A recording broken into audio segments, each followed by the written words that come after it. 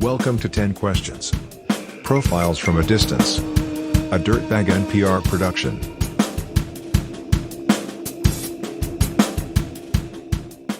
Question number 1. Introduce yourself like you're writing a Tinder bio. All the pertinent information, a few quirks. We are a couple looking for a third to spice things up in the bedroom.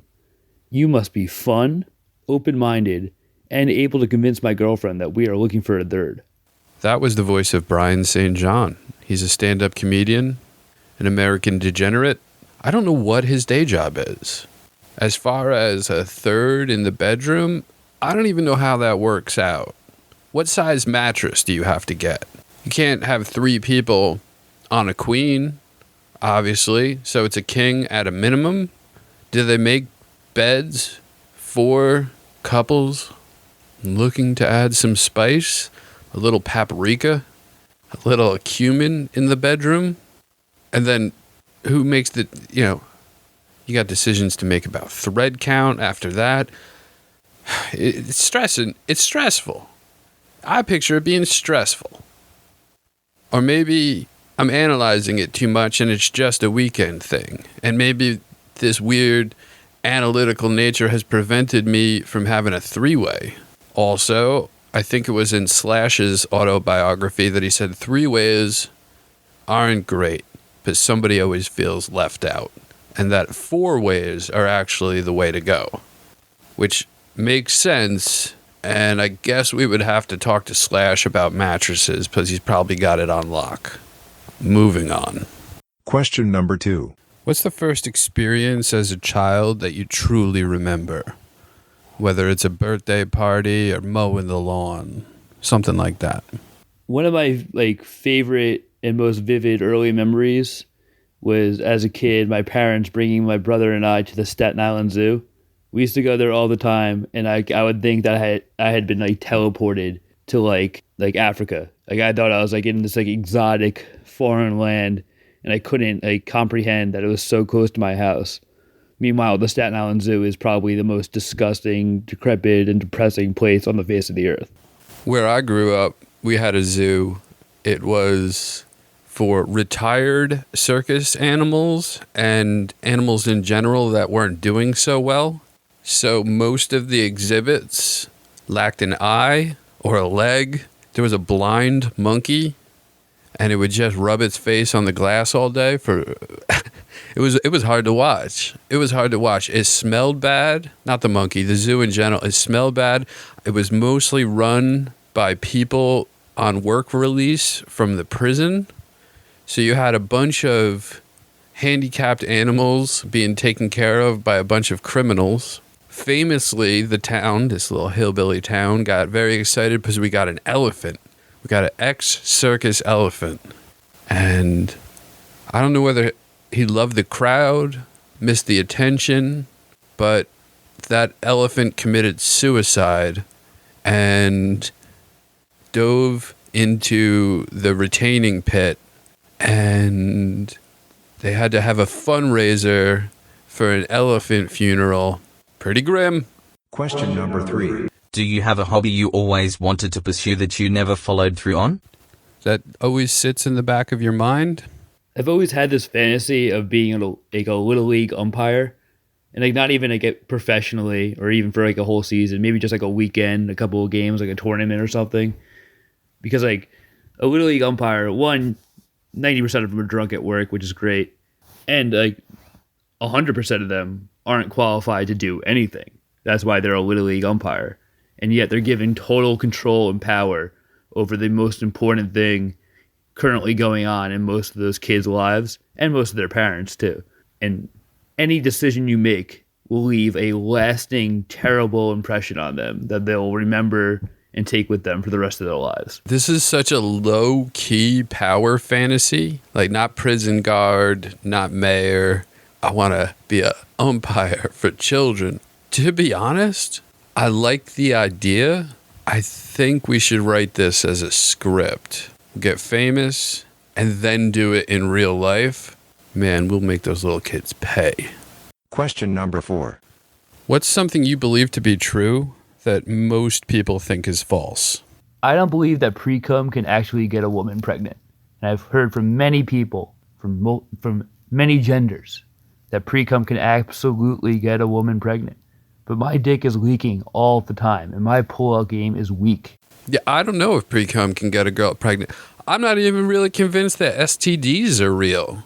They're certainly not real in the way they were described to us in middle school, where it was like, if you have sex with one person, basically you're guaranteed to get an STD. So, I can see it. Question number 5.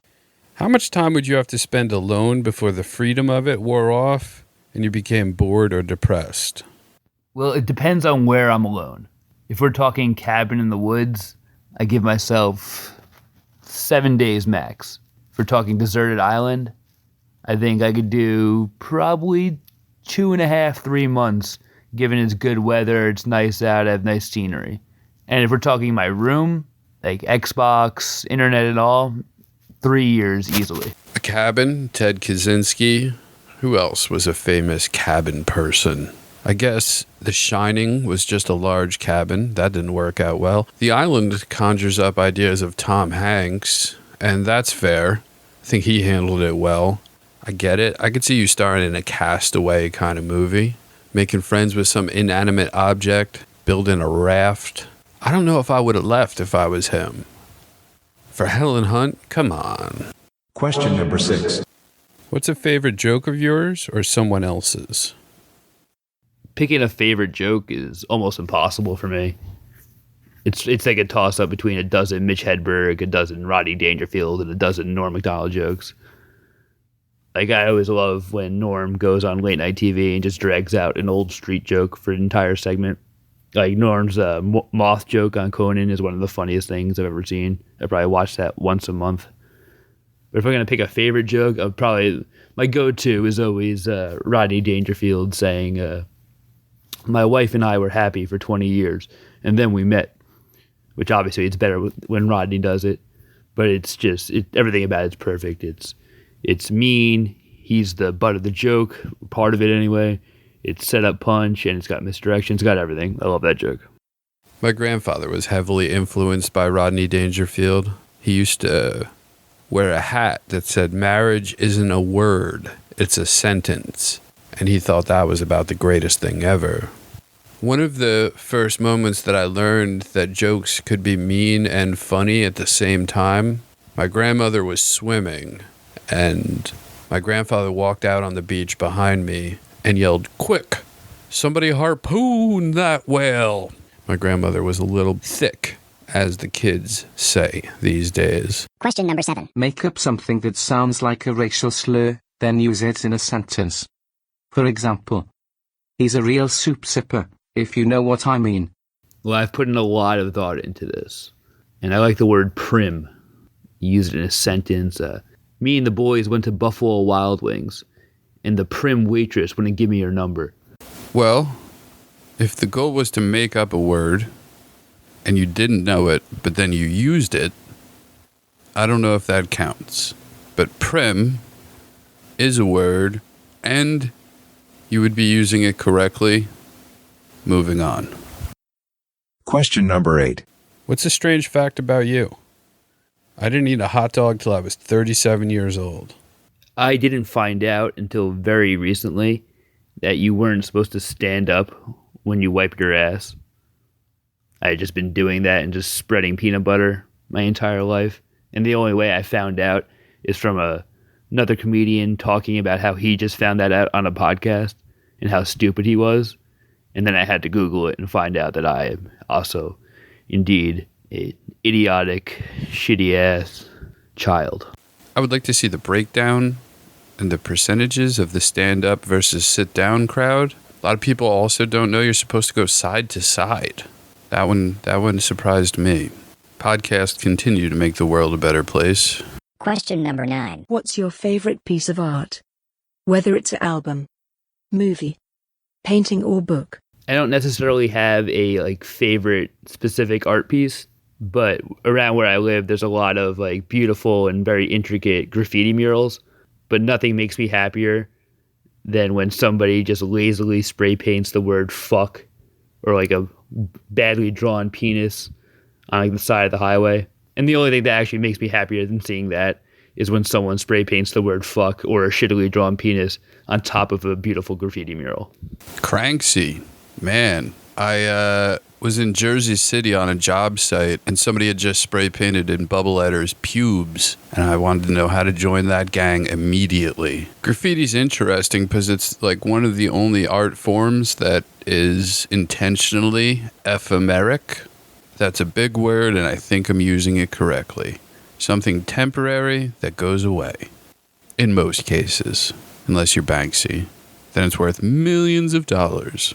Question 10. Final question. Where do you want to be in 5 years? I don't necessarily have a specific location for where I'd want to be in 5 years, but ideally at some point in the next 5 years, I'll get hit by some sort of corporate truck where I have a slip and fall in a Kohl's or something and just live comfortably while pretending to have a bad neck or back. That slip and fall retirement plan. I'm down. I was walking into a casino once. I was in the parking garage. I was already a little tuned up, and there was a patch of black ice, and I somehow slipped and then matrixed myself out of falling. It was probably all the years of skateboarding. And my friends saw me and they're like, "How are you standing?" I was more athletic back then. At the same time, while it was cool to have regained my balance, it would have been a lot cooler if I broke my arm or hurt my back and had the Borgata paying for a house. So I'm with you on that. This has been a Dirtbag NPR production. Please link, subscribe, and share.